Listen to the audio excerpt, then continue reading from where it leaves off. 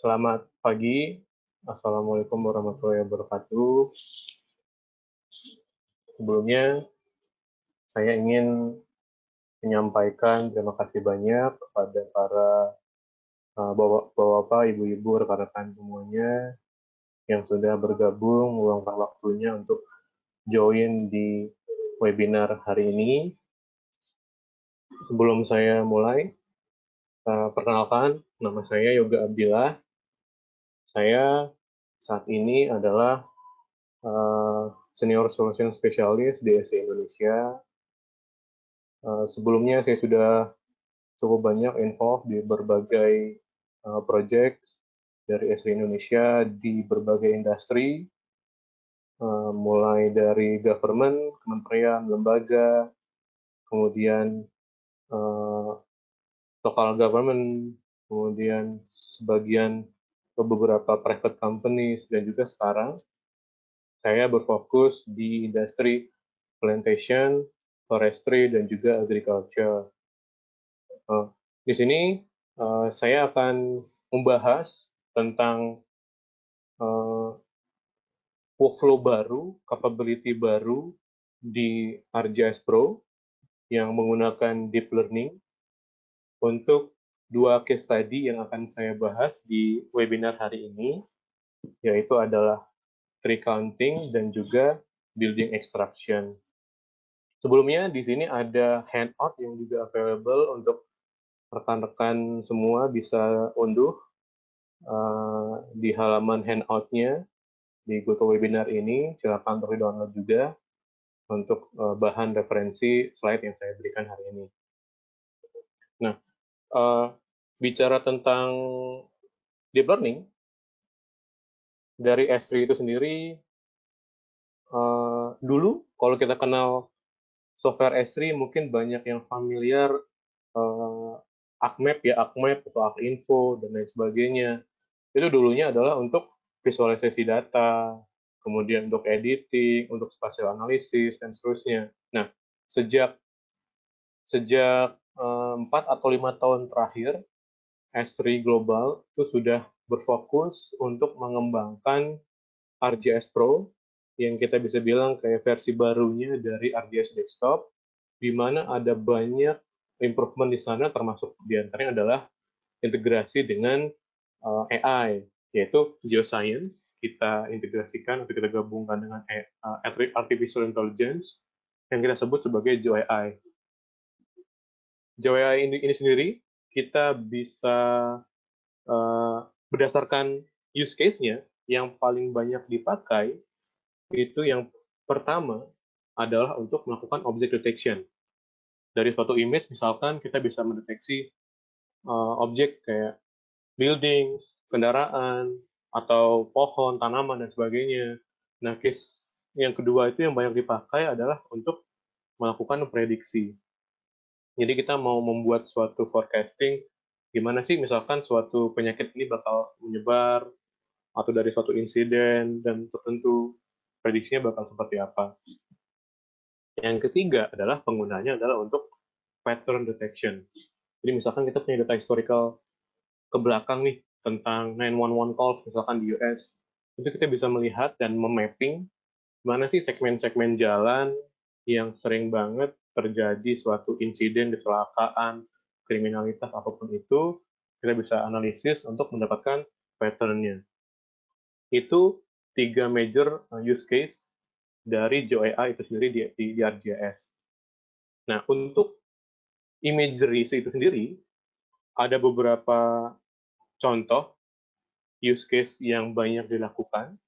Yang pertama adalah yang akan kita bahas adalah tree counting, di mana ini akan sangat bermanfaat untuk banyak industri, contohnya kayak forestry dan plantation untuk melakukan tree counting, kemudian untuk inventory data dan seterusnya. Yang kedua adalah dari data satellite imagery, contohnya adalah untuk kita bisa melakukan ekstraksi building footprint untuk bisa banyak hal juga, untuk di mana sih persebaran penduduk, adanya di mana, atau kira-kira akan bagus kita taruh lokasi bisnis kita di area mana dan seterusnya.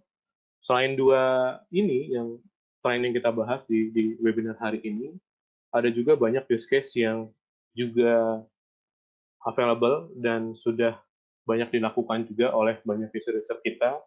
Di antaranya adalah untuk land cover untuk klasifikasi, kemudian untuk mendeteksi adanya suatu suspicious activity dari suatu pipa, jaringan pipa misalkan, kemudian deteksi swimming pools, road detection, oil spill detection untuk petroleum and gas companies, kemudian road crack detection untuk banyak local government di US contohnya, kemudian juga banyak juga dilakukan untuk kegiatan yang lain. Nah, semua capability AI, GAI, atau deep learning ini itu akan berjalan di dalam ArcGIS Pro. Nah, sebelum saya masuk pembahasan tentang ArcGIS Pro, mungkin saya minta untuk mengisi nih kuesioner tentang polling tentang seberapa banyak rekan-rekan peserta yang sudah familiar atau pernah menggunakan ArcGIS Pro, atau dan yang kedua adalah pernah nggak sih menggunakan library deep learning antara di ArcGIS ataupun di open source lainnya, misalkan silakan diisi pollingnya. Nah, ini pertanyaan kedua, apakah sudah pernah menggunakan deep learning workflow, baik itu pakai S3 ataupun open source? Ya, terima kasih atas jawabannya. Di sini kita bisa lihat ternyata ini result yang nomor 2 ya, result yang pertama.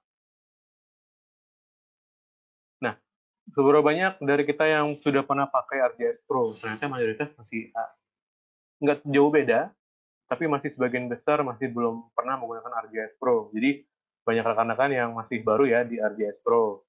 Baik, untuk yang polling kedua adalah tadi sebagian besar juga kalau tidak salah masih baru ya di deep learning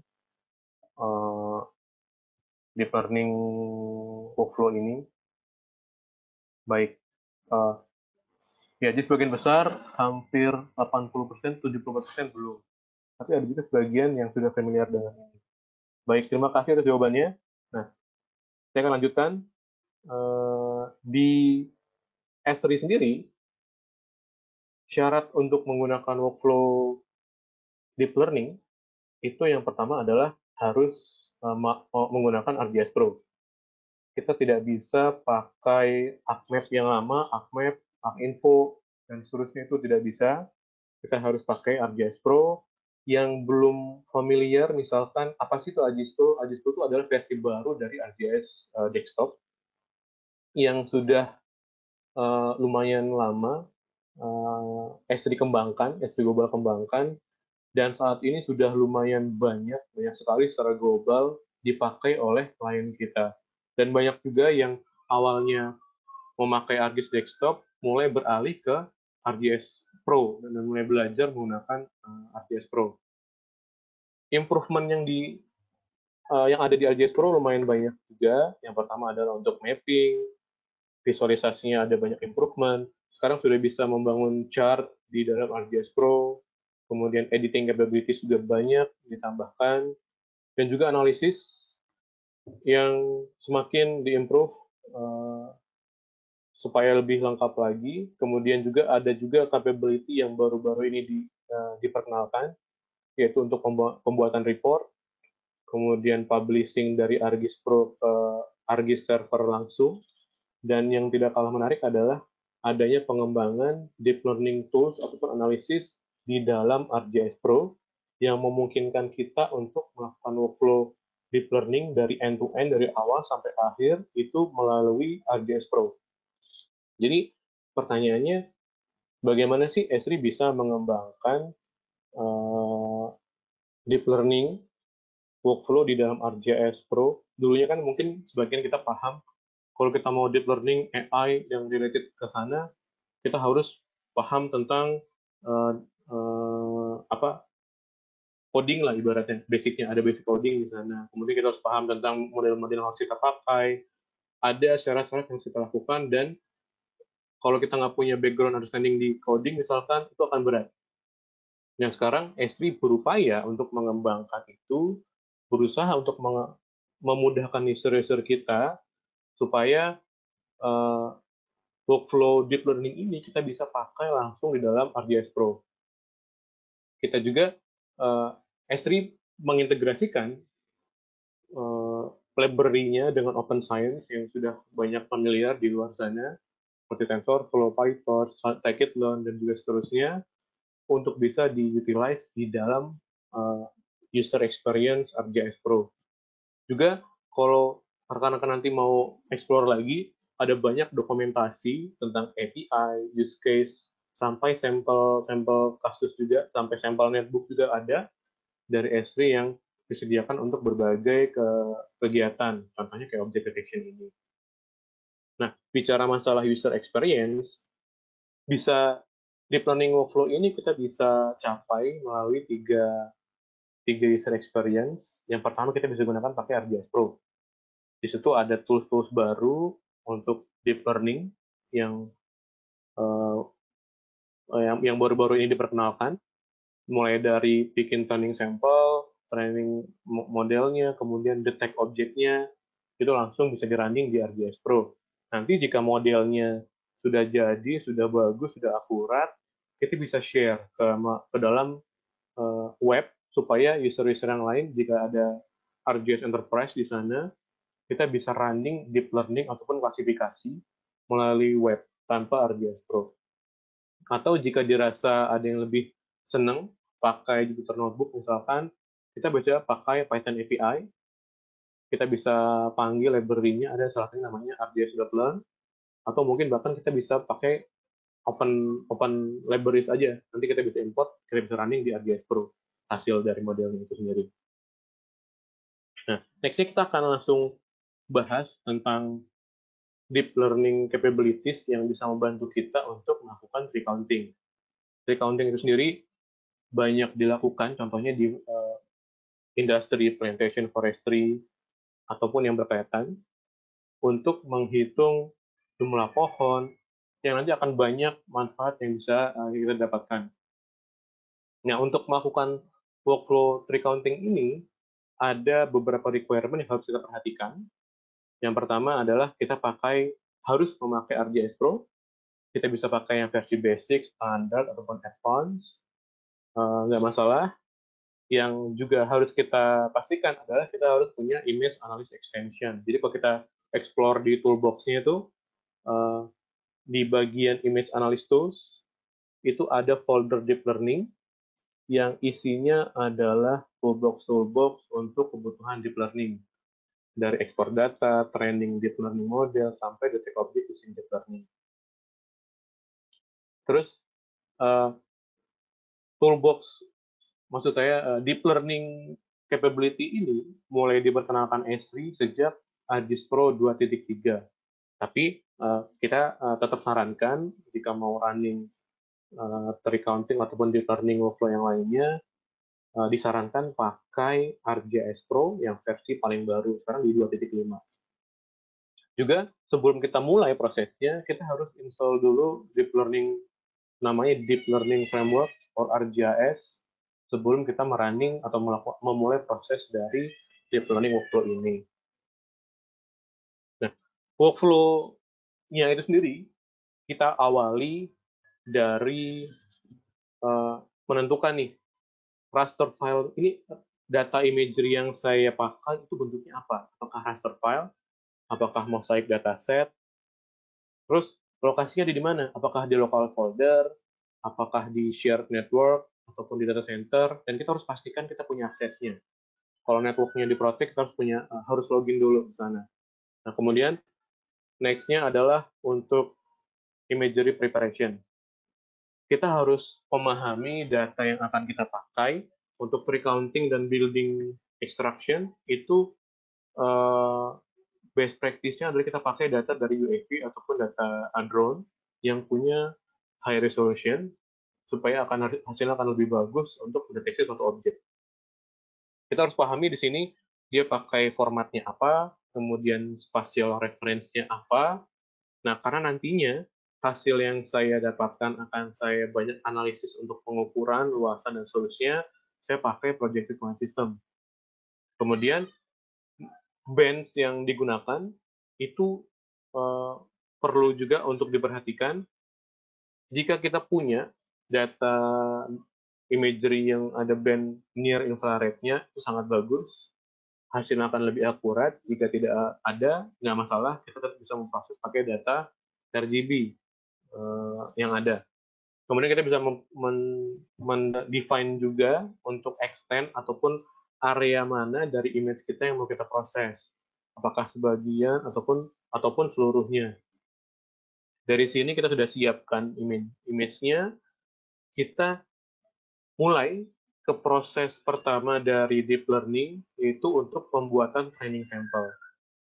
Training sample ini apa sih sebenarnya? Training sample itu adalah bahan untuk si sistem belajar mengenali objek-objek yang kita tentukan. Nah, kalau ini tree counting, kita ajarkan si sistem untuk mengenali ini loh objek pohon, ini bukan pohon. Nah, di situ untuk pembuatan training sampelnya kita ada di tab imagery, ada classification tools, terus ada bagian menu namanya label object for deep learning. Dari situ kita bisa mulai start untuk menentukan dan membuat training sampelnya. Nah, seberapa banyak dan sebagaimana sih caranya kita membuat training sample? Yang pertama, poin-poin penting dalam training sample itu adalah training sampelnya itu harus representatif, menggambarkan objek yang kita deteksi. Di sini saya mendeteksi pohon kelapa misalkan. Di sini saya harus ambil areanya di inti crown dari kelapa itu sendiri. Kemudian juga jumlahnya seberapa banyak ini bergantung kepada metode atau model yang kita pakai dan juga luasan dari area yang kita gunakan. Jadi harus representatif. Dan training sampel ini adalah salah satu parameter yang sangat penting di mana kita ini akan menentukan apakah hasil dari model yang kita buat akan baik atau tidak. Nah, kemudian uh, deep learning tools, deep learning workflow, model yang umumnya ada itu membutuhkan inputan data untuk kita train itu dalam bentuk image chips, jadi kayak potongan-potongan gambar yang nanti akan diproses. Nah, tools yang bisa kita gunakan untuk mengekstrak training data itu adalah namanya export training data for deep learning. Jadi kita bisa atur seberapa besar luasan image chips kita, ukurannya. Kemudian yang poin penting yang kita harus perhatikan adalah metadata formatnya apa. Ini kita harus sesuaikan dengan model yang nanti kita akan pakai. Contohnya jika kita mau pakai single cell detector, harusnya pakainya Pascal, Pascal Visual Object Classes. Nah, dari sini tadi kita udah bikin training sample, terus kita udah buat export image chips-nya. Next-nya kita adalah melakukan training model. Sebelumnya mungkin ada yang masih baru nih tentang model. Model itu apa sih sebenarnya? Model itu adalah suatu metode yang digunakan yang nanti akan membuat suatu package atau file yang nanti akan digunakan untuk mendeteksi suatu objek ataupun kalau kasusnya untuk mengklasifikasikan adalah untuk mengklasifikasikan satu objek. Jadi itu kayak library-nya lah ibaratnya. Jadi kayak bahan referensi untuk sistem kita belajar ataupun mendeteksi si objek tersebut. Nah, train model itu sendiri itu adalah proses pembuatan modelnya. Proses kita memfeeding suatu sistem terhadap training sampel yang tadi, kita ajarin. Ini loh objek-objek yang akan kita deteksi. Seperti itu. Nah, yang berita bagusnya adalah sejak ArcGIS Pro versi 2.5, toolbox ini udah available di ArcGIS Pro. Sebelumnya belum ada. Sehingga untuk training model, kita harus lempar dulu ke Jupyter Notebook misalkan, kita train modelnya, kemudian kita baru import lagi ke ArcGIS Pro. Nah, sekarang sejak 2.5, prosesnya sudah end-to-end-nya sudah pakai ArcGIS Pro tanpa perlu coding. Nah, kita tinggal tentukan kita mau pakai model apa. Built-in yang available itu adalah SSD, signal cell detector, ada juga ada PSP-Net, ada RetinaNet, ada MAS-RCNN. Bisa kita sesuaikan dengan kebutuhan kita. Nanti masing-masing objek mungkin akan butuh model yang berbeda. Nanti pertanyaannya adalah kadang-kadang ada yang nanya, bagaimana sih jika kita mau pakai model-model yang lain? Nggak masalah, kita bisa bangun sendiri dengan Jupyter Notebook misalkan, pakai library yang lain. Nanti once sudah selesai, model sudah jadi, kita bisa import untuk digunakan di ArcGIS Pro lagi. Nah, mungkin ada yang uh, masih belum memahami atau masih baru tentang object detection itu sendiri. Kalau kita membandingkan sama workflow yang kita kenal dulu, ada namanya image classification. Dulu mungkin ada yang kenal yang pakai ArcGIS ataupun software yang lain, ada namanya apa? Unsupervised, ada supervised, ada object based image classification. Kalau image classification itu adalah proses untuk kita uh, mendeteksi suatu objek di dalam image. Nah, kalau object detection itu adalah kita mendeteksi objeknya dan juga kita melocate atau menentukan lokasinya di mana sih objek ini. Misalkan ada objek ini kolam renang di suatu image, nanti akan dibuat suatu bounding box kayak kotakan lokasinya. Jadi kalau model yang saya pakai SSD nanti akan dibagi berdasarkan grid. Nanti masing-masing metode tentunya akan beda ya konsepnya dan juga approach yang digunakan. Kalau SSD dia akan dipecah ke beberapa grid, nanti masing-masing gridnya akan mendeteksi objeknya di area masing-masing. Nah, nanti outputnya adalah berapa sih probability kalau di area itu ada objeknya, kemudian berapa sih tinggi dan lebar dari bounding box-nya yang menentukan luasan dari objek itu, kemudian lokasinya di mana, koordinatnya dari suatu image tersebut. Nah, kemudian dari sini pertanyaannya mulai luas nih. Bagaimana jika ada multiple object di satu grid misalkan? Ada namanya konfigurasi untuk anchor box-nya. Kemudian bagaimana sih, kan nggak semua pohon atau bangunan ukurannya sama misalkan. Itu kita bisa gunakan namanya aspek ratio untuk menyesuaikan sesuai dengan objeknya. Kemudian ada juga banyak parameter yang lain seperti zoom level dan lain seterusnya. Nah, di sini kita sudah sangat dimudahkan, sebenarnya kita tinggal pakai kurang lebihnya. Tentunya kalau kita tarik, kita explore lagi di Jupyter Notebook, tentunya kita bisa menspesifikasikan ke setiap konfigurasinya dengan detail. Nah, di sini saya pakai SSD karena dia sistemnya pakai single shot untuk detect multiple object di satu image, dan dia akan menggunakan berbagai konfigurasi aspek rasio untuk akurasi yang lebih baik. Tentunya kadang-kadang objek lain ataupun kasus yang lain nggak selalu SSD yang terbaik gitu. Nah, tadi kan saya memperkenalkan ada tools namanya Train Deep Learning di ArcGIS Pro. Dulu bagaimana sih workflow-nya kalau sebelum ada toolbox itu? Kita harus sebelum ada toolbox itu kita nggak harus pakai Jupyter Notebook, agak mengcoding sedikit untuk membangun modelnya. Di ArcGIS ada dari ArcGIS API for Python namanya arcgis.learn. Kita bisa ambil library-nya, kita gunakan untuk nge-train model. Nah, ini dulu kita harus melalui Jupyter Notebook ini nih, salah satu jalannya. Kemudian, jika ada beberapa orang yang merasa, saya pengen pakai custom library ini, pakai open science yang lain, saya bisa menggunakan model tersebut, kita train, nanti kita import ke dalam ArcGIS Pro. Nah, nanti output dari toolbox yang tadi tuh yang di awal, yang train deep learning model, itu akan membuat suatu configuration file, contohnya kayak IMD ini, atau kalau klasifikasi, image classification akan membuat .ecd, dan juga yang baru adalah akan terbentuk .dlpk, Deep Learning Package. Nanti kita bisa upload ke ArcGIS Online ataupun ArcGIS Enterprise untuk kita bisa utilize dan kita pakai bareng-bareng nih ke rekan-rekan kerja yang lain, teman-teman yang lain, sehingga mereka nggak perlu lagi, jika kita rasa model ini sudah bagus ya, kita nggak perlu lagi uh, minta mereka untuk bikin training sampel lagi, kemudian ngetrain modelnya sampai membangun mendapatkan modelnya lagi. Jadi kita tinggal pakai aja yang udah jadi, yang hasilnya udah bagus. Berikutnya, step terakhir adalah melakukan deteksi objek menggunakan deep learning. Nah, di sini solusinya sudah tersedia. Nanti kita tinggal diminta untuk memanggil model definition yang tadi, yang .emd-nya. Nanti dia akan membaca ini pakai model apa sih, kemudian konfigurasinya apa. Itu juga tetap bisa mengkonfigur beberapa parameter yang kita bisa sesuaikan. Kemudian di bagian environment, di tab berikutnya, itu ada opsi untuk kita mengatur.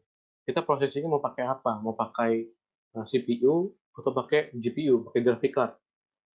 Karena untuk banyak kasus memakai graphic card itu sangat membantu dari sisi processing time-nya, jadi lebih cepat. Nanti kalau kita tidak spesifikasi, kita tidak specify ini diatur di environment-nya, SI akan mendeteksi secara otomatis ada graphic card-nya apa enggak. Kalau ada kita pakai, kalau nggak ada ya pakai prosesor aja, CPU. Kemudian selesai detect objek ini, kita akan menghasilkan suatu result-nya. Nanti kita harus meng-QC. Kita ada feedback loop di sini. Jadi kayak kita harus verifikasi ini objeknya apakah cukup representatif, apakah cukup bagus hasilnya untuk kita gunakan. Jika kita rasa belum, nanti kita bisa ulang dari bikin training modelnya. Antara kita tambahkan atau kita ganti menggunakan data atau training sampel yang lebih representatif. Kalau sudah, nanti kita bisa gunakan untuk banyak hal. Kalau tree counting bisa untuk data inventory, berapa jumlah data pohon di area kita. Nanti kita bisa melakukan proses ini setiap, misalkan tiap 3 bulan, 6 bulan, 12 bulan, dan seterusnya untuk monitoring perubahannya misalkan. Ada juga kita bisa lakukan untuk health monitoring dari setiap pohonnya. Menggunakan satu workflow, di case ini saya gunakan VARI namanya, Visible Atmospherically Resistant Index. Mungkin ada yang kenal juga NDVI, nah di sini saya pakainya yang VARI. Jadi di S3 kita nggak perlu repot-repot, yang di Agesto, toolbox-nya sudah disediakan. Di bagian raster function itu ada namanya band arithmetic, kita tinggal pilih mau metodenya apa. Di sini saya pakainya VARI. Jadi kalau dulu mungkin rekan-rekan yang udah familiar pakai raster kalkulator, pakainya itu ya, pakai rumus dulu. Nah kalau sekarang kita bisa langsung pilih aja pakai raster function ini. Tentunya jika kita punya data near infrared itu sangat direkomendasikan, hasilnya akan jauh lebih akurat, lebih presisi. Tapi jika tidak, nggak masalah, kita tetap bisa menghasilkan apa ya, pendekatan lah kira-kira ini gimana sih kondisi dari setiap pohonnya. Nah, mungkin next-nya akan saya masuk ke demonya secara langsung. Nah, seperti yang rekan-rekan lihat, ini adalah tampilan ArcGIS Pro. Mungkin ada sebagian tadi dari polling, ada banyak yang belum pernah menggunakan ArcGIS Pro. Mungkin saya bisa kenalin sedikit. Jadi sekarang user experience-nya, UI-nya itu lebih friendly.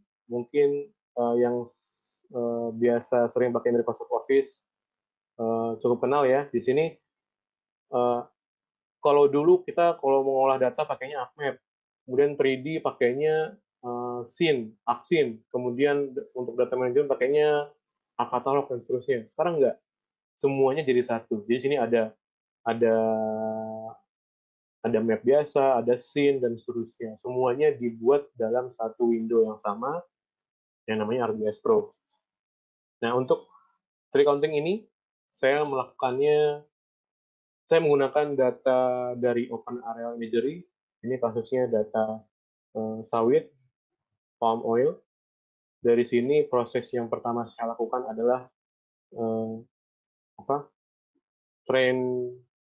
membuat training sampel. Jadi di bagian classification tools ini ada namanya label object for deep learning.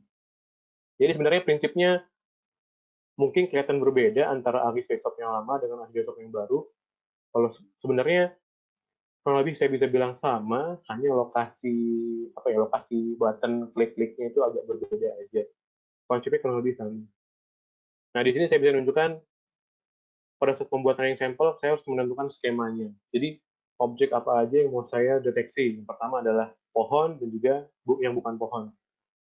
Saya harus membuat dua objek itu karena saya tidak punya data near infrared, dan kalau kita bisa lihat nih, objeknya itu mirip banget nih secara warna antara pohon sawit dengan ini rumput-rumput di sekitarnya. Jadi saya harus bikin dua skema itu, dan kita tinggal meng-create training sampelnya. Datanya harus representatif seperti yang tadi saya ungkapkan. Jadi menurut experience saya, bagusnya adalah nggak harus semuanya ke capture, tapi core inti dari crown-nya aja, batangnya. Karena kalau saya ambilnya terlalu luas, saya akan ngambil warna atau shape dari objek yang lain, misalkan tanah atau rumput yang lain. Sehingga hasil modelnya akan tidak akurat. Kalau 3D counting, saya sarankan pakai bentuknya lingkaran. Kalau building atau yang lain bisa jadi polygon dan seterusnya. Kotak ataupun bentuk apapun. Nah, kalau yang Notary, saya ajarkan sistemnya untuk belajar ini loh yang bukan tanaman, bukan pohon, begitu. Sehingga pas nanti saya proses, saya harapkan hasilnya akan lebih bagus. Kemudian prosesnya dimulai dengan melakukan export training data for deep learning. Ini toolbox-nya. Kalau kita lihat di image analysis, tadi ini ada di dalam image analysis extension, toolbox ini, sehingga kita harus punya image analysis extension-nya. Kita harus export training data dulu, kemudian train deep learning model, kita pilih kita mau pakai model yang mana, kemudian nanti kita tinggal detect object using deep learning. Kalau mau mengklasifikasi objek, juga ada classify pixels atau classify object using deep learning. Image classification juga diperbaharui sama Esri. Kita ada tambahan beberapa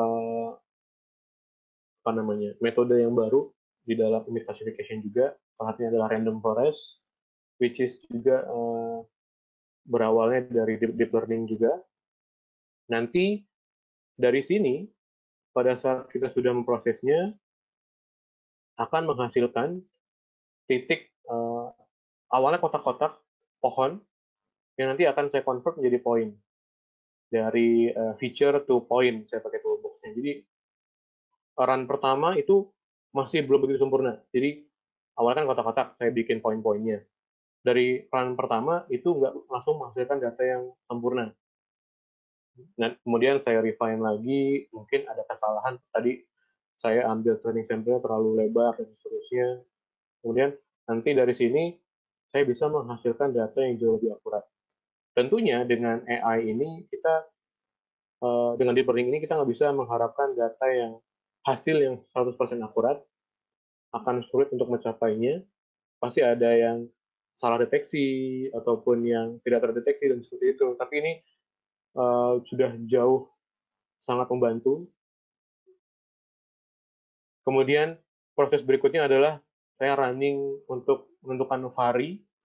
Sebenarnya ada di sini di bagian imagery, itu namanya raster function. Kemudian di sini kita tinggal cari yang namanya band arithmetic. Tinggal klik, kita bisa pilih metodenya. Mau pakai NDVI, mau pakai yang lain. Saya pilihnya vari kalau yang kasus ini. Di sini, dari vari kita kita mendapatkan hasilnya. Kemudian kita crop di setiap area buffer dari pohon tersebut, sehingga saya bisa mendapatkan dan mengatur simbologinya untuk nilai vari yang kecil. Itu berarti tanaman itu butuh inspection. Untuk yang nilai varinya besar, saya anggap itu sebagai tanaman yang healthy. Dari sini kita bisa gunakan data ini untuk keperluan berikutnya. Nah, contohnya, saya bisa share data ini ke dalam ArcGIS Online.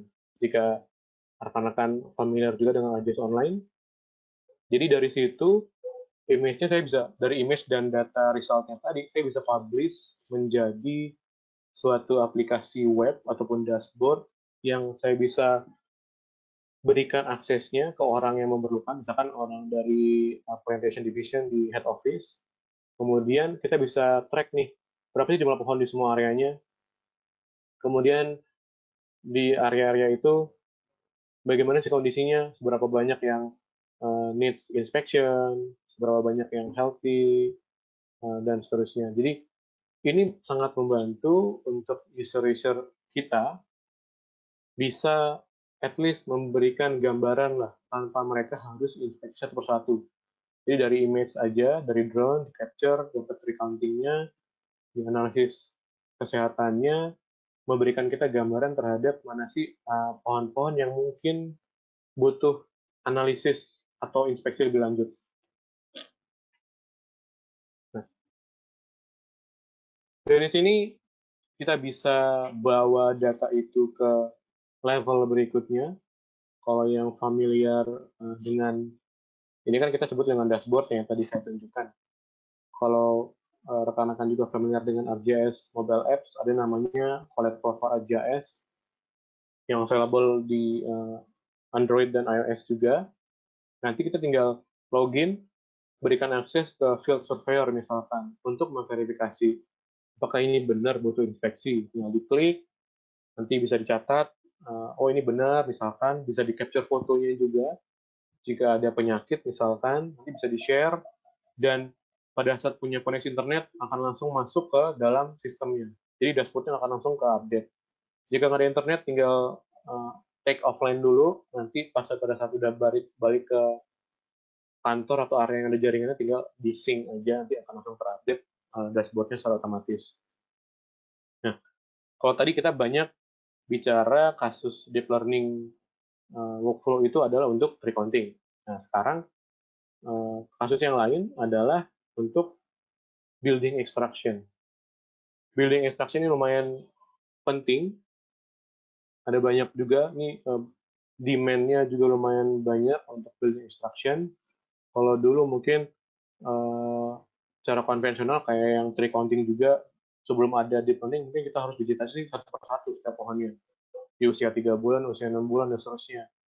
Building extraction juga sama, karena datanya itu penting sekali, di mana datanya bisa kita pakai contohnya untuk memahami di mana sih persebaran pemukiman di area pedesaan atau area-area terpencil. Untuk kalangan bisnis, di mana sih kita harusnya menempatkan lokasi bisnis kita. Karena kalau based on administrative boundaries, batas administrasi kan misalnya kelurahan, nggak bisa tahu. Kalau di area-area pedesaan kan nggak semuanya area pemukiman, ada area kebun dan sebagainya. Nah, tools ini bisa membantu untuk kebutuhan itu. Ada juga case study yang lain di luar negeri misalkan itu untuk mendeteksi potensi dan letak pemasangan solar panel, atau juga di local government-nya juga bisa digunakan untuk estimasi pajak nih, pajak pajak pajak pajaknya kita bisa hitung dari luasan dari bangunan itu. Nah, requirement-nya sama juga dengan tadi workflow yang sebelumnya untuk recounting. Kita perlu AJS Pro, level apa aja, kemudian perlu image analysis extension, dan juga diinstal library deep learning framework-nya juga. Workflow-nya juga sama, mulai dari mendapatkan dan menyiapkan imagery-nya, membuat training sampel, train modelnya, sampai running gitu objeknya. Nah, mungkin saya langsung tunjukkan saja. Kalau tadi ini yang tree counting, sekarang adalah untuk building extraction. Jadi saya pakai data open areal, saya pakai data open, saya ambil dari data open areal map.org sama di deteksi tree counting juga sebelumnya. Dari sini saya bisa prosesnya sama, mulai dengan membuat label objek for deep learning. Kalau tadi pohon dan bukan pohon, sekarang building dan non building. Ini lumayan tricky. Di Indonesia memang agak lumayan kompleks karena banyak kasus di mana rumah itu berhimpitan. dan secara warna juga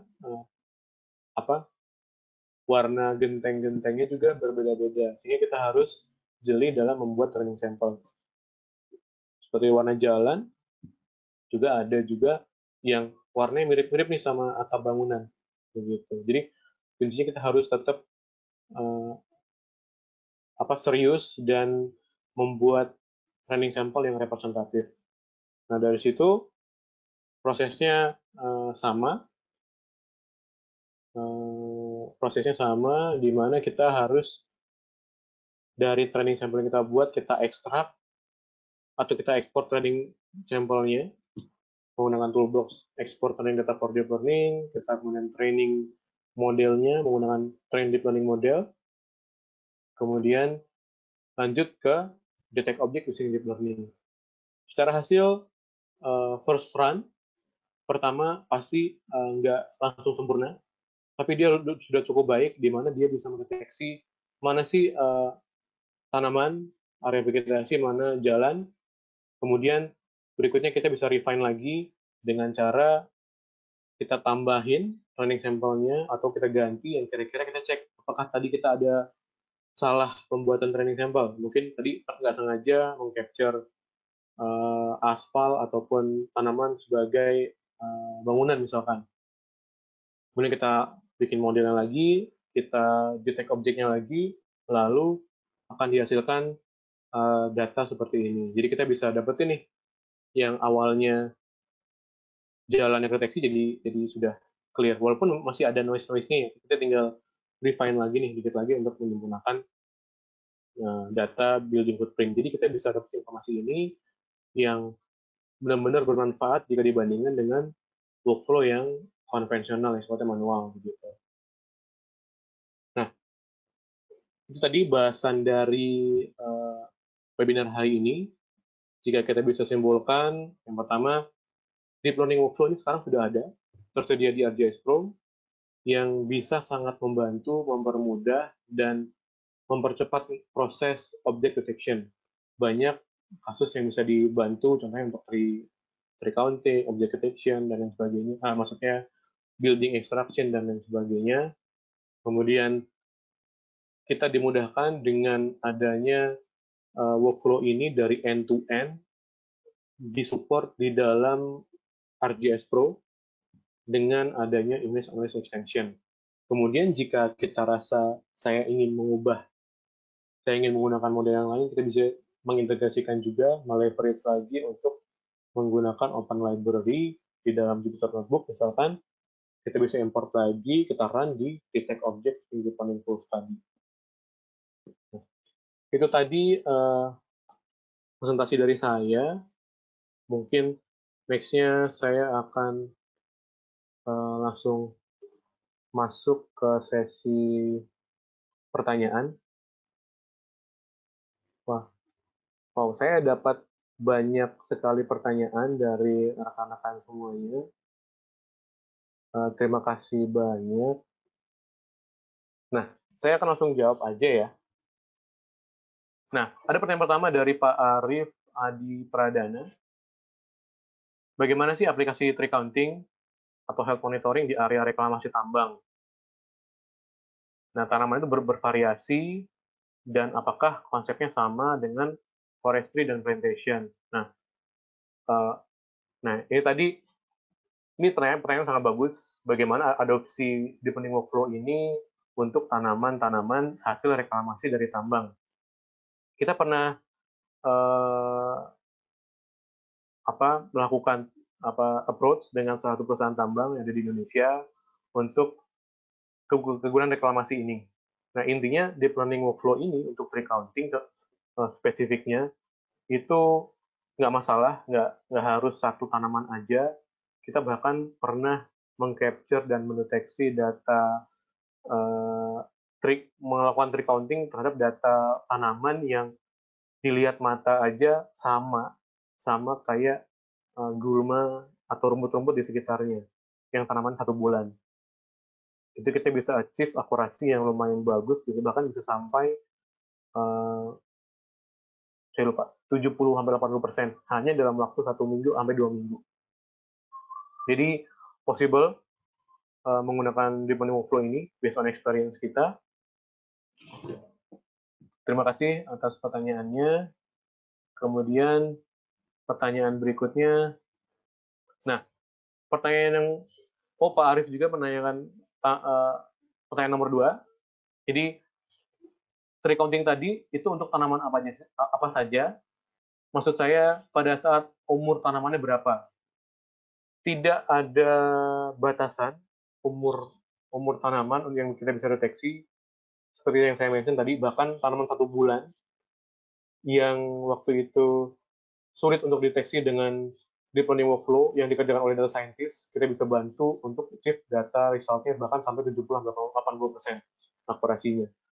Sehingga kita bisa simpulkan bahwa nggak ada batasan waktu tanaman. Tentunya jika tanaman semakin besar, akurasinya akan semakin bagus karena kayak seperti kita lihat juga dengan mata, juga akan lebih mudah untuk dideteksi. Terima kasih pertanyaannya. Kemudian berikutnya adalah, apakah dari Pak Slamet Riswanto, pertanyaan bagus sekali. Apakah ada syarat khusus terkait imagery yang digunakan untuk ekstraksi? Resolusinya misalkan. Ini sangat bergantung, terima kasih Pak pertanyaannya, ini sangat bergantung terhadap objek yang kita mau deteksi. Nah, kalau objeknya adalah pohon, misalkan pohon umur, saya nggak tahu persisnya, 6 bulan misalkan pohon itu diameternya adalah 1 meter. Jadi kita harus punya data imagery minimum 1 meter itu sendiri. Nah, tapi hasilnya jangan semata-mata langsung samain sama objeknya. Kalau untuk objek-objek yang detail seperti pohon dan bangunan-bangunan kecil misalkan, ataupun objek-objek yang lainnya ukurannya kecil, saya sangat menyarankan untuk pakai drone imagery yang resolusinya lagi-lagi berdasarkan objeknya. Saya sering support klien yang hasilnya bagus itu di 5-10 cm resolusinya.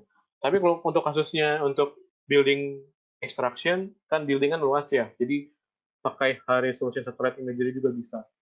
Contohnya kayak modelnya kayak planet imagery yang low orbital satellite, dia bisa provide misalkan 50-70 cm, itu bisa digunakan juga. Asalkan bersih dari noise atau juga dari cloud-nya. Sekian dari saya. Maksudnya pertanyaan nomor 3. Terima kasih. Ya, ada pertanyaan dari Pak Zulfahmi Afifi. Jadi, beliau pernah mencoba deep learning capability untuk menghitung jumlah pohon di Jakarta. Tapi hasil yang saya peroleh tidak cukup bagus. Ya, tidak semua terdeteksi. Apakah yang harus dilakukan untuk mengimprove hasilnya untuk objek-objek yang lebih heterogen? Nah, ini pertanyaan sangat bagus. Memang ada kalanya untuk tanaman yang mirip sama atau objek yang mirip dengan objek yang lain, tapi itu kira-kira mirip, berdekatan, ataupun bahkan nggak terdeteksi, itu kita harus review lagi. Saya nggak tahu ini Bapak pakai RGS atau tidak. Kalau kita pakai RGS Pro, untuk training sampel kita bisa review lagi, apakah kita ambil training sampelnya sama. Atau tips dari saya, kita bisa melihat karakter dari tanamannya. Uh, kita bisa lakukan memainkan bandnya. Jadi sebenarnya untuk input datanya nggak harus selalu 3 band RGB. Kita bisa melihat mana sih objek yang stand out ibaratnya untuk masing-masing band. Saya pernah melakukan tree counting di satu area yang spesifik banget di satu klien saya, di mana itu kalau pakai band RGB itu susah by default dan nggak ada near infrared. Saya gunakan salah satu bandnya pakai band green kalau nggak salah untuk mendeteksi objeknya, dan itu jauh memberikan saya hasil yang jauh lebih baik. Nah, jadi key point-nya adalah review training sampelnya. Barangkali deep learning workflow Bapak butuh sampel yang lebih banyak, dan juga cek imagery yang dipakai. Nah, ada juga beberapa model yang saya dan teman-teman saya pernah gunakan juga yang membutuhkan training sampel bahkan sampai ratusan. Jadi kita harus cek lagi model yang kita pakai itu apa. Jadi kita harus sesuaikan dengan requirement-nya. Nah, kemudian pertanyaan berikutnya. Nah, Jika dari Pak Yosi Andika, pertanyaannya menarik. Sekarang kita sudah tahu sebaran kelapa sawit misalkan. Kemudian bagaimana cara Hijau AI untuk memprediksi kekurangan unsur hara, air, dan potensi produksi. Untuk resolusi rendah, apakah kita bisa gunakan untuk land cover? Ini untuk klasifikasi apa? Pertanyaan pertama, recounting udah dapet, kemudian kita bisa nggak sih memprediksi kekurangan unsur hara? Nah, ini ada studi spesifiknya untuk menganalisis ini. Kita bisa bawa analisis ini ke next level. Jadi, kita bisa bandingkan salah satu studi di salah satu kampus dan partner kita juga ada. Jadi mereka membandingkan antara suatu variabel parameter dari suatu tanaman itu dengan spektral analisisnya. Jadi kita harus membandingkan tuh di lab kayak gimana sih kalau tanaman kekurangan unsur hara, misalkan nilai value wavelength panjang gelombang di spektrum ini sekian misalkan. Apakah sama dengan pattern dari yang ada di laboratorium? Jadi ini jawabannya possible, tapi butuh referensi juga Pak untuk ground truth-nya. Nah, kalau tadi kan pendekatan kayak DVI, Fahri kan pendekatannya lebih kayak pendekatan approach karena memang keterbatasan nggak ada data di infrared. Untuk analisis ini tentunya setahu saya nggak bisa teori pakai RGB aja, Bapak mungkin at least harus punya infrared untuk melakukan analisis lebih dalam lagi. Jadi membandingkan dua data antara ground truth dengan spectral analisisnya. Di ArcGIS juga ada tools untuk menganalisis spektrumnya juga yang mungkin bisa dieksplor juga di ArcGIS Pro. Kemudian yang pertanyaan kedua, citra resolusi rendah bisakah digunakan untuk land cover? Benar sekali bisa. Bahkan saya pernah ke mensupport salah satu klien kita untuk mendeteksi area kawasan kelapa sawit rakyat yang nggak ada data dari pemerintah. Jadi kita bisa pakai, waktu itu saya pakai multispektral Landsat 7 atau 8, saya persisnya agak lupa, itu bisa membantu kita untuk mendeteksinya, Pak. Benar. Asalkan tadi, waktu itu saya tantangannya adalah saya kurang tahu nih mana area yang palm oil, mana area sawit, mana area yang bukan sawit atau hutan biasa. Tapi dengan bantuan dari si klien saya yang memahami objeknya, oh ini sawit, ini bukan, nanti saya bisa bikin training sample yang akurat. Dan juga menghasilkan hasil, ya namanya juga medium resolution, walaupun nggak akurat banget, tapi kita bisa tahu kisarannya kurang lebih. Nah, dari luasan itu dulu kita pakai untuk proyeksi perhitungan forecast produksi sawit di luar konsesi perusahaannya. Begitu. Jadi jawabannya possible, benar. Tadi dari Pak Yosi Andika, terima kasih. Nah, pertanyaan bagus juga dari Pak Iputu Haryanja, mohon maaf kalau saya salah penyebutannya. Beliau tanya tentang spesifikasi laptop ataupun komputer yang kita gunakan. Terus apakah workflow yang tadi, ini maksudnya mungkin recounting ya, apakah perlu data DSM juga? Nah, yang pertama, speknya apa? Speknya, kalau kita lihat di minimum requirement S3, bisa dilihat di ArcGIS Pro, system requirement. Seingat saya itu 4 core, 8 GB untuk RAM-nya. Tapi itu minimum requirement. Tentunya, kalau kita punya spesifikasi yang lebih bagus, processing time-nya akan lebih cepat. Saran saya untuk memprosesing data dengan nyaman, Bapak bisa pakai yang 4 core, kalau bisa yang multi-thread atau 8 core bagus, atau pakai laptop ataupun workstation, dan RAM-nya kalau saran saya minimum 16 GB, supaya jalannya akan bagus dan cepat. Kemudian kalau ada graphic card, itu akan sangat membantu. Case tadi di S3 Inc. bahkan mereka pakai cloud processing yang pakai graphic card juga. Jadi nggak masalah kalau kita nggak punya processing power yang besar, tapi pakai laptop juga bisa. Yang penting masuk ke minimum requirement, itu bisa kita lakukan. Cuma harus bersabar aja kalau pakai laptop. Processing time-nya, bicara masalah processing time ini bergantung sekali terhadap spek laptop kita atau komputer kita, juga luasan atau besaran image yang kita proses. Jadi bergantung banget terhadap dua parameter itu. Next-nya DSM tidak perlu. Ada toolbox di luar sana mungkin dari image processing software yang harus pakai DSM. Di sini nggak perlu sama sekali, hanya data TIFF aja dari TrueColor bisa. Kalau punya near infrared 4 band, pakai itu. Kalau nggak ada, pakai yang RGB saja, nggak ada masalah. Kemudian pertanyaan berikutnya, Pak Agung nanya masalah support, ada problem yang dihadapi. Nah, apakah bisa kontak Esri? Benar Pak, Pak Agung dari BIG, silakan bisa kontak di support kita. Memang kalau di Perning ini kan kita nggak bisa berdiri sendiri RJS. Karena kita harus menginstall open library, contohnya misalkan kita pakai PCI ataupun PyTorch, misalkan kita harus install library-nya. Jika kira-kira requirement nggak masuk atau pas install ada problem, itu biasanya nggak jalan pas training di Perning model. Jadi itu harus kita perhatikan. Nanti Pak Agung ataupun rekan-rekan yang lain jika ada kendala bisa bisa kontak ke support Esri. Kalau nggak salah namanya support@esrindonesia.co.id. Sekian jawaban dari saya untuk Pak Agung, semoga membantu. Kemudian eh,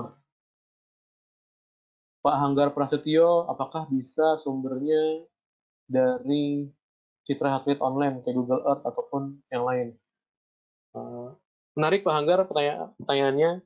Jawabannya sebenarnya diproses bisa-bisa aja, tapi web uh, base map dari ArcGIS Online, Google ataupun yang lain itu biasanya resolusinya kurang bagus. Kalaupun Bapak bisa mengekspor data jadi TIFF, pada saat diproses juga untuk kebutuhan tree counting misalkan itu nggak bisa. Contohnya kayak ArcGIS base map itu resolusinya paling mentok paling sekitar 1 sampai 3 meter. Sedangkan tanaman itu adalah bisa 30 cm ataupun sampai 1 meter. Jadi akan sulit untuk mendapatkan hasil yang bagus. Jadi kalau pakai base map disesuaikan juga dengan objek yang kita deteksi. Mungkin kalau untuk regional classification ataupun objek yang besar-besar bisa jadi possible. Begitu Pak Angger. Nextnya Pak Anggi nanya seberapa banyak training sampel yang kita perlukan. Misalkan untuk kanopi pohon sawit total 3.000 hektar. Jumlah training sampel tergantung berdasarkan image size yang kita punya, luasan lahan juga, dan juga seberapa beragamnya sih tanaman kita, perbedaannya dibandingkan dengan keseluruhan area. Saran saya, Bapak ambil suatu area yang site-nya sama processing-nya. Jadi, memproses di area yang site-nya sama. Jadi, bikin sampel area, dari sampel area, itu kita bikin training sampel, kita bikin model, pas dikira hasil sudah bagus, kita bisa implementasikan untuk di-run di seluruh area yang site-nya sama. Kenapa site-nya harus sama? Karena kadang-kadang nih, kalau site-nya beda, itu bisa jadi hasilnya akan tidak sesempurna di site yang kita buat modelnya. Begitu. Itu pertanyaan dari Pak Anggi. Kemudian eh, pertanyaan dari Pak Abdul Hakim. Ini berarti pernah ada experience sebelumnya ya untuk training sampel yang fotonya miring ataupun ada jarak, yang sudah tua tanamannya atau gara-gara terrain. Sejauh mana sih deep learning itu bisa mengidentifikasi perbedaan tajam antar pohon?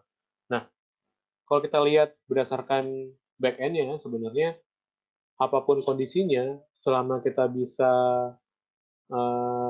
membuat training sampel yang representatif, itu hasilnya akan jauh lebih bagus. Tentunya kita bisa lihat juga ya, kalau emang ini kita juga pernah kasus di mana kita melakukan recounting di area yang sawit lebih dari setahun umurnya, itu sudah rapat sekali. Tapi asalkan yang penting, kalau waktu itu tips dari saya, tentunya mungkin akan berbeda ya, bisa jadi ya. Yang dari saya waktu itu, tetap ambil training sampel tuh di inti crown-nya aja, jangan terlalu melebar. Itu bisa menghasilkan data yang jauh lebih bagus. Itu etis dari based on experience saya. Itu tadi dari Pak Abdul Halim. Terima kasih Pak pertanyaannya. Kemudian Eee, sayangnya sekarang waktunya sudah habis jam 12 siang dan pertanyaannya masih banyak. Mungkin, sebaiknya, eee, saya mohon maaf sebelumnya jika saya nggak bisa menjawab semua pertanyaan diberikan oleh, Bapak-bapak, Ibu-ibu, rekan-rekan semuanya yang join di webinar kali ini. Kami akan mengupayakan untuk mencatat dan juga menjawab semua pertanyaan ini, dan nanti saya akan coba, eee, hubungi dan, kontak tim marketing S3 untuk bisa mengupayakan mengirimkan jawabannya ke Bapak. Mungkin melalui email yang didaftarkan, semoga itu bisa, terjawab dan tersampaikan ke Bapak-bapak semuanya, dan Ibu-ibu dan rekan-rekan semuanya. Nah, eee mohon maaf lagi-lagi, sekali lagi jika waktunya memang terbatas, eee, sebelumnya saya juga mau mohon maaf jika ada kekurangan, eee, apa ada yang kurang, yang lebih, saya mohon maaf sebelumnya. Saya sekali lagi mengucapkan terima kasih banyak kepada Bapak-bapak, Ibu-ibu semuanya yang hadir dan ini sangat banyak sekali, yang ikut join di dalam webinar hari ini. Saya appreciate sekali, terima kasih banyak. Semoga materi dan ilmu yang saya sampaikan di webinar hari ini bermanfaat untuk Bapak, Ibu, rekan-rekan semuanya. Saya undur diri, selamat siang. Assalamualaikum warahmatullahi wabarakatuh.